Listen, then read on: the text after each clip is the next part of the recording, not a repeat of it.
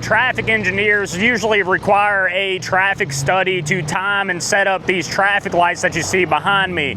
And unfortunately, sometimes those studies could have been held 10 years ago, and they haven't been updated in a decade, when, of course, the population has, so the demand of traffic has greatly gone up, so that we have to adjust these lights accordingly. It has also come to my attention that most people do not know what to do when they pull up to an intersection where they believe that it's malfunctioning or could be set up better. And in this video, I'm going to tell you what are some options you can do to hopefully get your local traffic light running up to par and meeting the demand of traffic that is currently in place. This intersection I'm at currently is the intersection of Landon Road and Canal Road here in Gulfport, Mississippi. And we recently installed this traffic light here to help widen the roads and give left turn lane approaches to help meet that demand of traffic. But the timings of the controller that are inside this cabinet were just passed down from the previous intersection here that didn't have left turn lanes and probably was set up well over 10 years ago. Now, as contractors that build brand new traffic lights in an area that we don't drive by every single day, we can only go off of the information that is given to us prior to the job starting. And this intersection here was a county job, so it's pretty easy typically hunting down a traffic engineer with a big city or an entire state. But once you get into these small counties, they typically don't even have a traffic engineer. So what do we do for that instance is we typically just pass down the timings from the previous intersection that was here at this traffic light and put it into the new signal controller and hope for the best. But if we see any kind of complaints or no areas that we can improve, we'll come back to and up times in certain areas, which is actually quite simple. All we need to do now is open up this traffic signal controller cabinet, which of course was done by yours truly, and it's looking fairly decent in here. Could have done a little bit more here, but you know, I wasn't actually a part of it at the very end. Either or, we can come into this controller, go into the phase data, the vehicle data, and then the vehicle times, and then you can see all the timing that is set up for this intersection. Now, before we actually adjust the times here at this traffic light, I'm going to show you how somebody got a hold of me to come out here and actually check up on these traffic lights. And it was simply done from a Facebook post in a group of citizens in Gulfport, Mississippi, and I was tagged in and saying, hey, this guy maintains and built this traffic intersection, maybe you can go out there and take a look. Now, it is not common practice for us to get maintenance calls off of a Facebook post, but it does happen, and it's not the first time it's happened to me. But typically what you will want to do is get a hold of your city's public works department or the state maintenance center or even the local police department and let them know that you think there is an issue with a certain traffic light in your city. Our main concern was that the approaches for the northbound and the southbound over here was just not getting enough time for the demand of traffic. So let's take a look at this traffic signal controller and see what times they have set up for these approaches.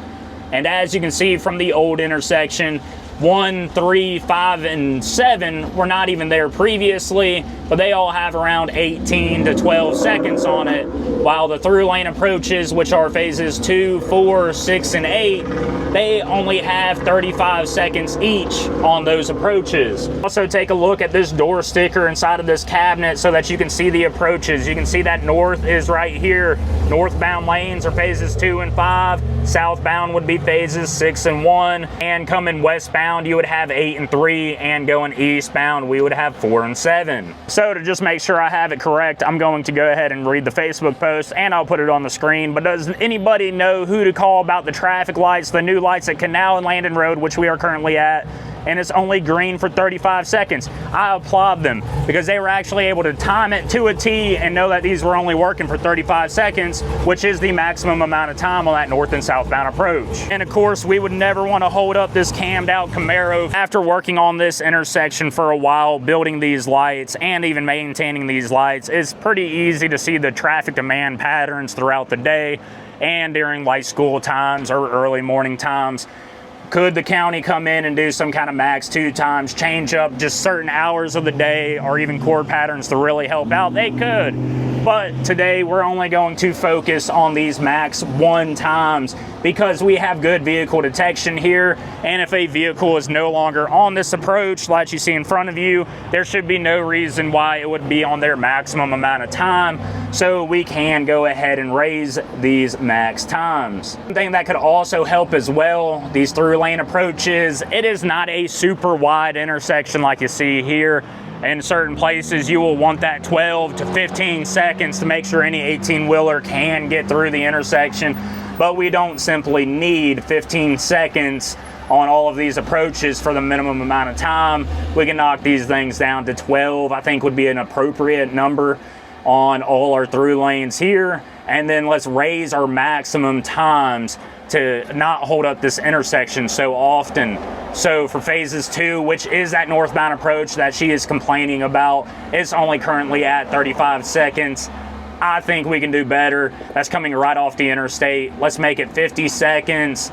We'll leave all the left turn lanes kind of how they've been. I don't know why 5 was shorter than the rest, so let's change that to 18. And for 6, since that is the southbound and a lot of people should be traveling down to the interstate, let's make that 50 seconds as well. Again, with proper working vehicle detection, we can bump up these times and not really hurt the intersection's efficiency, because it's only when a vehicle is present near the stop bar, traveling over the stop bar, that it will actually maximize the amount of time for that approach.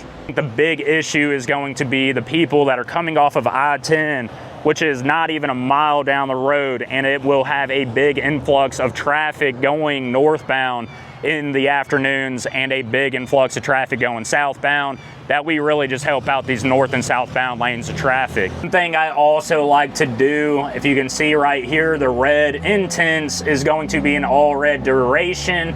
And one thing I do like to do, because we have these flashing yellow arrow signal heads out there, and it's a little bit of confusion, or people will try to short that light and jump over, I like to raise that all red period because they have that yield.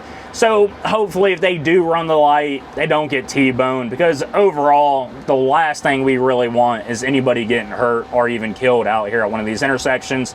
So instead of 10 seconds, or not 10 seconds, but 1 second, because it's in 10th, we'll go ahead and put a 20 there, and that is going to be 2 seconds, and that really just holds up everybody. Just a couple extra seconds, but it may just save a life. And obviously, before I leave, I always like to just kind of monitor traffic a little bit. So as you can see, we're watching the northbound approach, which typically, again, at this time of the day, gets severely backed up because of all the traffic coming off of the interstate system about a mile south of here. It's usually backlogged pretty heavy. It seems like it's flowing pretty good. It would be best if these people would actually stay on each other's ass a little bit better, but it seems like a lot of them like a big gap, which makes traffic lights look a little bit worse than they could be. But you can't really blame that on the lights. It's more of a driver's issue. But again, anytime you do anything with these lights, make sure that you stick around for a little bit and just monitor the surroundings, so that if you do see any more issues, or if you created an issue that you don't know because maybe you just fat fingered it, you want to stick around and watch and make sure everything is working properly like we are doing now. And there you have it. Just one simple Facebook interaction might be all it takes to severely help somebody's daily commute. So I hope you enjoyed this video, and if you did, then make sure to check out the Traffic Light Doctor YouTube channel, where I have plenty more videos just like this one, and even the building process to these beautiful traffic lights you see behind me. Thanks for watching.